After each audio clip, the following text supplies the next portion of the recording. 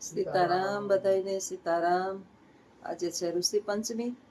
રખ પાયસમ કીએ ને આપણા ગુજરાતની અંદર પૂર્વજો આપણા હોય એની પાછળ ને ઘણા રખ પાયસમ દેતા હોય.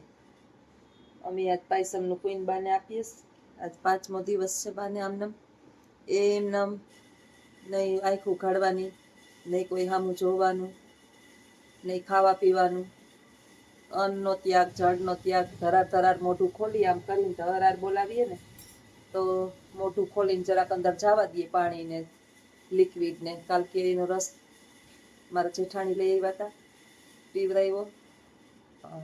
આંબાની ખીર બનાવીને હાંબો છે ને એને બોલું ન કરવું પડે, વજન વાળો નહીં. તો એ ઓલા દાણા કોક આવી જાય ને એ એમ કરતા હતા. ખાતા પીતા ખાવા પીવાનું બંધ કરી દીધું, આંખે ખોલતા નથી.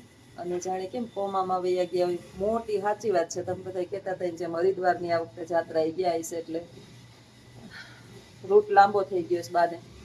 એ બધા પૂછતા હતા પહેલી વખત તમારા બા સોમનાથ ગયા હતા દિવાહનથી, આ વખતે ક્યાં ગયા? આ વખતે કદાચ 4 ધામની જાત્રા કરતા હશે.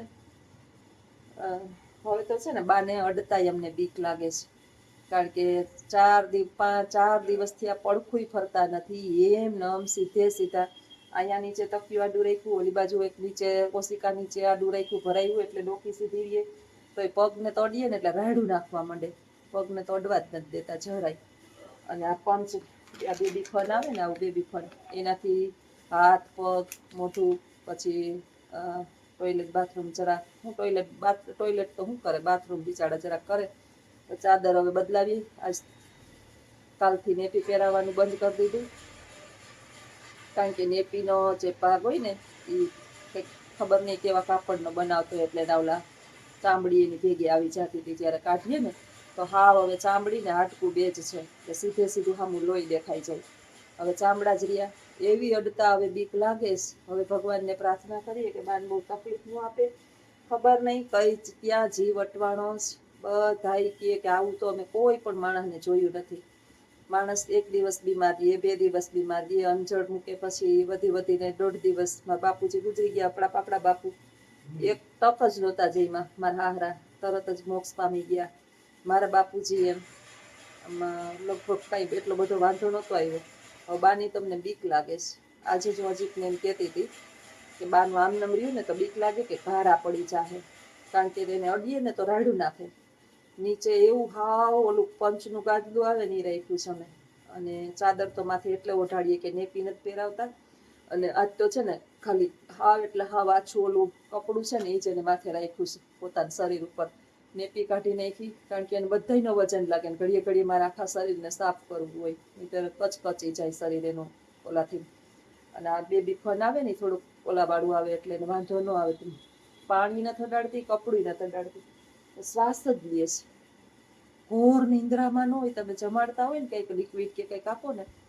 હવે આ જીવતા જીવ છે, જ્યાં સુધી શ્વાસ છે ત્યાં સુધી તો મોટી ચિંતા, કે કંઈક ને કંઈક એને આપણે ભૂખ લાગે એને એમ આપણે અંદરથી થાય કે એને ભૂખ લાગતી છે. જેવું મોઢામાં કંઈક નાખીએ ને એવું ઈપકા જેવું મોઢું બગાડે આમ, પણ તોય ધરાર થોડુંક આપીએ. યમુના જળથી 2 ટીપા નાખીએ. ગંગાજળ ઘણા કે મને જો કંઈ ખબર ન પડતી હોય, આપણે તો કંઈ આવું ન હોય કે યમુના જળ પીવરાવાય કે ગંગાજળ પીવરાવાય. યમુનાજીની ઓલી હતી લોટી, અને ગંગાજીની તો કેન્યું આખું ભર્યું છે. હવે યમુના જળથી નવરાવાય એવી તો કોઈ પરિસ્થિતિ જ અત્યારે બાને નથી, કારણ કે એને અડીએ ને તોય રાયડું નાખે. મોઢું એવું આમ કરીને મોઢું બગાડે. રાયડું એટલે અવાજ તો નીકળતો નથી, પણ આપણે એમ થાય કે એવી પીડા થાય. કાલ રમેશ આવ્યો ને, મારા નણંદનો દીકરો ડૉક્ટરને વહુ છે, મોડા સુધી આવ્યા. બેઠા કેટલી વાર, બિચારા 2-3 ધક્કા ખાય. છોકરા આપણા શું કરે, મામી આને હવે કાંઈ ન થાય, અને કપડાં હવે બને ને તેટલા ઓછા માથે નાખો. નેપી પહેરાવવાની બંધ કરી દો. અને આ કાપડું એક પહેર્યું છે, ભલે પહેર્યું તો એ સતત પાછળ એનો પીઠ તો ખુલી રહી એટલે ચિંતા નથી. બાકી એને ચણિયો હાવ કોટનનો હળવો કેવો હોય ને, વધારે કડક એવું કાંઈ માથે કપડું જ ન નાખતા, એટલે બાનું ઓઢણું આવે ને હાવ હળવું આવે, એ જ એક માથે રાખ્યું છે. એટલી એને શરીરને અડતા અમને બીક લાગે. જ્યાં અમારા શરીરમાં છે જેને અડીએ ને તો એનું ચામડું સીધું હાથમાં આવી જાય છે. એટલું ચામડું એનું આછું થઈ ગયું છે. આજે હજી 4 દિવસથી આ પથારીમાં છે. આ જીવ વધારે પથારીમાં રહીએ ને તો બહુ મોટું દુઃખદાયક છે. આપણે અંદરથી બીક, મને બીક લાગે છે. કાલ તો હું રોવા માંડી હતી કે આમ નામ થાય તો બાને શું થાય, એને ઘારા કે પડી જાય તો હું શું કરીશ. કેટલી ચિંતા થાય છે આપણે. એ ભર્યું 4 પગે હાલી હાલી ઢહેડાતા હતા ને ત્યાં સુધી અમને ચિંતા નહોતી. હવે તો એમ કાંઈ નહીં, બસ જો આંખું ખોલતા જ નથી, આંખું જ નથી ખોલતા, સામું નથી જોતા. આપણે ધરાર બા બા બા કરીએ તો હવે તો બોલાવતા નથી, કારણ કે એની જે આપણે કહીએ ને કે મૃત્યુ સમયે દીક્ષાનો અવાજ કાંઈ સાંભળવા નથી. આજે બાપુ દીક્ષા એવી છે ને તો ધીરેજ કરે પાછી.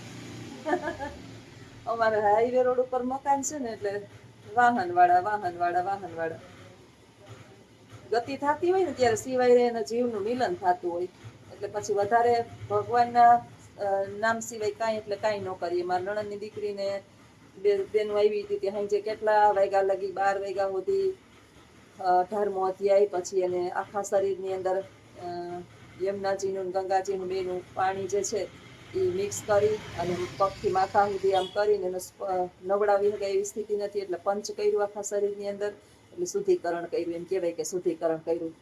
અને ઋષિ પંચમી છે, બાઈ ઋષિ પંચમી જ રહીએ છે હવે તો કેટલા દિવસ ત્યાં રહીએ છે. અને પછી 18મા અધ્યાય, નહીંતર આપણે હું મોબાઈલમાં સંભળાવતી, આખો અધ્યાય તો આપણને મોઢે ન આવડતો હોય, એ વાંચ્યો આખો બાપા હે બેહીને, આખા મોક્ષનો અધ્યાય છે. 18મો એ વાંચ્યો, 15મો વાંચ્યો, 2-3 વખત એકને એક વાંચ્યા. પછી વિષ્ણુ સહસ્ત્ર નામાવલી ને વિષ્ણુના જાપ કર્યા. હવે બા હું રાહ જોતા હોય, એનો જીવ ક્યાં અટવાયો હોય. કમેન્ટમાં તમે જણાવ્યું કે બાના દીકરીઓને બોલાવી લ્યો. બાની દીકરીઓ બધી સવારથી સાંજ સુધી એક આવતી જ હોય, પણ હું નવરી ન હોય ને એટલે વિડીયો નથી બનાવતી. ક્યારેક વળી બનાવું. કાલે વળી એની બેનના દીકરાને બહુ આવ્યા હતા ત્યારે મેં બનાવ્યો હતો જેઠાણી મારા, એટલે ક્યારેક બનાવું ક્યારેક ન બનાવું. આખો દિવસ તો હું કઈ હાથમાં મોબાઈલ લઈને ન ઊભી હોય. આખા દિવસમાં 1-2 માંડ 10 મિનિટ બેઠી હોય ને એની પાસે ત્યાં વળી હાથમાં મોબાઈલ લઉં. બાકી સ્પેશિયલ એવો તો કોઈ સમય ન હોય. ઘરનું આપણે બા પથારીમાં છે, બીજા અમે 3 જણા તો જીવતા જાગતા છીએ, એટલે કંઈક ને કંઈક આપણે કામ હોય. પછી ડોલેક બાના કપડાં ઘડીએ એમ ચાદર બદલાવીએ. બાથરૂમ કરે ને એટલે હવે અમે છે ને નેપી નથી પહેરાવતા, એટલે જેવું બાથરૂમ કરે ને એવા ધીમેકથી ઉપાડી અને ચાદર હવે કાઢી નાખીએ અને ચેન્જ કરીએ. એટલે અને મશીનમાં ન નખાય, એને ડેટોલમાં પાણીમાં પલાળી સાબુ ધોકા મારવા પડે, એટલે એ ચિંતા કામ લીધું. કામે ગોયરું, બધું પહોંચી જાય. રાતે ઉજાગરા કરાય, બધું કરવા ત્યાર. પણ જો બાને કંઈક 2માંથી એક જવાબ બાનો મળી જતો હોય, આ પાર કે ઓલી પાર. બાની જાત્રા મોટી થઈ ગઈ છે અત્યારે, 4 બધું હજી લાડવો ગોળનો ચૂરીને ગાયને આપવો, કૂતરાને આપવો. ઈ પછી કોઈએ વળી આને વળી કીધું કે પોપૈયાનું ઓલું કરો માથે ઉતારીને, ઈ કર્યું. દાન કરો, દાણાનું અનાજનું દાન કરો, ઈ કર્યું. જીવતે જીવતા પિંડ દાન કરો, ઈ કર્યું. જીવતે જીવતા જે આપણે ક્રિયાની અંદર કરીએ ને, બ્રાહ્મણને જે ઘણા બધા પૈસા નાન તેન બધું કાચી વસ્તુ નાન તેન બધું દઈએ. જીવતે જીવતા બા માથેથી ઉતારીને જેટલું ક્રિયાનો ખર્ચો થાય ને એટલું મેં જીવતે જીવતા અત્યારે એમના બાના મૃત્યુ પહેલા કરી નાખ્યું. હવે ખબર નહીં બાને શું છે, એનો જીવ ક્યાં અટવાડો. બાનો મારો એક દીકરો તો છે ને વિદેશ છે, અને એને તો બાએ અવાજ કાયમ બાના કાનમાં સંભળાવું. એ તો કોઈ સંજોગોમાં ન આવી શકે. અને મોટો દીકરોને બહુ તો હમણાં જ આવ્યા હતા. બાકીના બાજુમાં મારા જેઠ ને જેઠાણી જે એ આખા દિવસ અહીંયા ઊભા હોય, છોકરાએ ઊભા હોય. દીકરીઓ આખો દી એક લંડન છે એટલે એ નો આવી શકે, એ વિડીયો કોલમાં જોતા હોય. બાકી અહીં જે દીકરીઓ છે ને બધી વારા ફરતી આવતી હોય, જાતી હોય. પણ બધાય છોકરા છોકરીઓ બાનો પરિવાર તો બધોય બહુ મોટો છે. એક પછી એક આવે છે. પણ આ વખતે ખબર નહીં ક્યાં અટવાયો જીવ, અને ક્યાંક બરાબરનો ફસાણો છે. અમે પ્રાર્થના કરીએ કે પાછા અમારા કુટુંબની અંદર આવી જાવ, ક્યાંય બીજે દૂર જવું નથી. જો આ ઘર મૂકવાનું મન ન થતું હોય તો મારા દરવાજા તમારા માટે ખુલ્લા જ છે, પાછા પધારો. પણ તમે આ શરીરને હવે ત્યાગી દો ને તો વધારે સારું, કારણ કે આ શરીર ખોખું થઈ ગયું છે.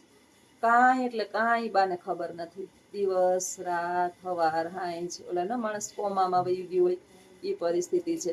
હું સ્કૂલે નથી ગયા, જે રજા લીધી, કારણ કે રાતે ઉજાગરા તે બધું હોય એટલે બહુ મોટી ઓલી થાય. અત્યારે પંચ કર્યું, શરીરને સાફ કર્યું, વ્યવસ્થિત કર્યું, અને બસ જોઈ 4 દીકરા છે. ગમે એના ઘરે આવવાની છૂટ. હા, એને ઘર ના છોડવું હોય તો અમારે ઈ કે વાંધો છે, ભલે ને આવે. 2 મોટા ભાઈના છોકરા છે, 2 મારા છોકરા છે. જેના ઘરે આવવું એના ઘરે છૂટ, દરવાજા ખુલ્લા જ છે. આ પરિવારને મૂકવાનું બાનું મન ન હોય, તમે કહેતા હોય ને કે તમારા દીકરાને ઘરે ભલે આવે, બાને તમને છોડવા નથી પરિવારને, તો અમે કંઈ ના નથી પાડતા બાને, ભલે ને બાઈ અમને ઘણી માઇક દીધી, એ આંખ ખોલતા જ નથી. જો એમને આંખ ફેરવતાય નથી, ચીરી કામ કરીને આંખમાં તો દેવતા ઉડી ગયા છે. એ પક્ષી જલાયું કીધું છે માતાજી કરે ને મારી બાજુમાં આવી જાય. આવતા રહ્યો ને, હા તે આવતા રહ્યો. હાલો બધાય, આવજો. સીતારામ. અમારે ખોરિયું ખાલી જ છે. આવતા રે. કાયમ પ્રાર્થના કરીએ દ્વારકાધીશને કે ભગવાન આપી દે અને અમારા બાને મોક્ષ દઈ દે. આવી ગયા મારા જેઠાણી અટાણમાં, ત્યારે બા માટે નાસ્તો લઈને વારા ફરતી દેરાણી જેઠાણી ઘડીક ઈ જ ખવડાવે, ઘડીક હું ખવડાવું, ઘડીક ઈ ખવડાવે, ઘડીક હું ખવડાવું. હું વળી હસતી હતી કે મારા ઘરનું અનાજ કદાચ ખૂટી ગયું હોય તો તમારી અહીંથી જમાડો, તો ઈ જમાડતા હોય તો વળી જમતા તો છે નહીં, પણ લિક્વિડ ને એવું આપી રાખીએ. કાલ તો એ ગમે ત્યાંથી કેરીનો રસ ગોતી આવ્યા હતા ને કેરીનો રસ પીવડાવ્યો. તો હાલો બધાય આવજો. સીતારામ.